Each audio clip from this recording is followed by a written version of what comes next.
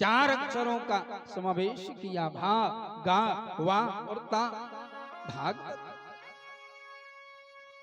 जब जीव का लगाव गौ माता से हो जाता है तो अपने आप व्यक्ति के जीवन में भक्ति ओतप्रोत हो जाती है, भक्ति में प्रवेश हो जाता है। भक्ति से आगे हमारी यात्रा बढ़ती है, ज्ञान की प्राप्ति होती है, और जीव के जीवन में जब ज्ञान हो जाता है तो वह बोधमय बन जाता है।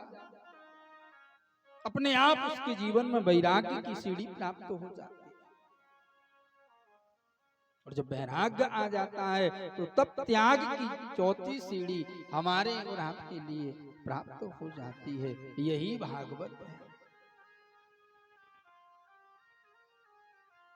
तो भक्ति, ज्ञान, वैराग्य तप में हमारे लिए और आपके लिए अगर प्रवेश करना है तो भैया याद रखना, गौ सेवा, गौ माता से लगाव रखना पड़ेगा।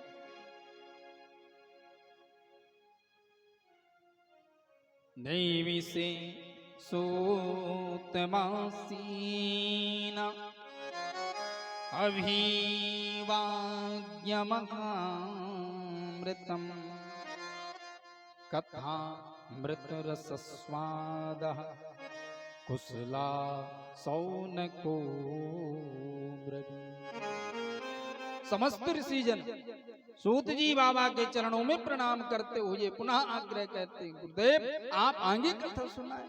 हे बाबा सूत जी, आप आगे कथा श्रवण कराएं।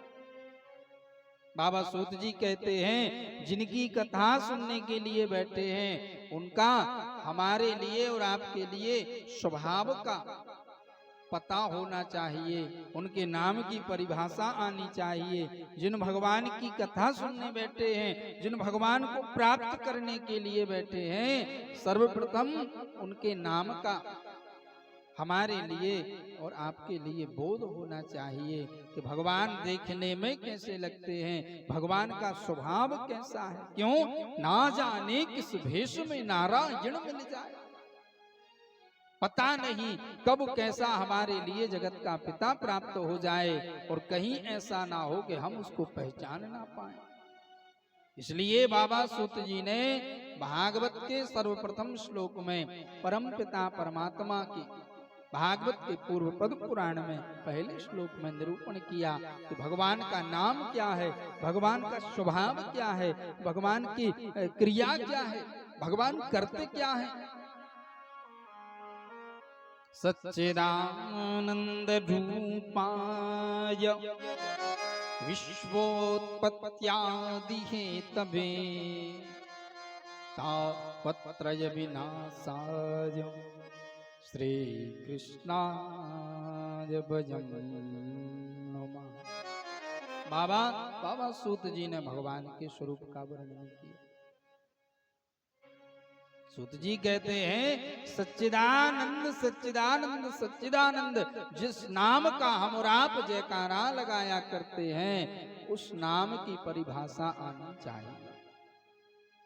सच्चिदानंद की परिभाषा देते हुए व्याकरण दृष्टि से वित्तोत्पत्ति की सत चित्त आनंद, फिर सच्चिदानंद।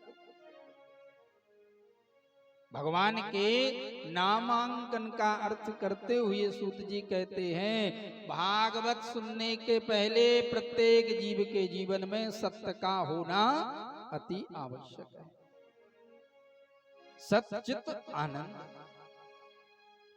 जिसके जीवन में सत्य भाषण नहीं है, सत्य बोलना नहीं आता, सत्कर्म करना नहीं आता, वह प्रभु कथा का श्रवणार्थी हो ही नहीं सकता। और जा बात भी बिल्कुल सही है।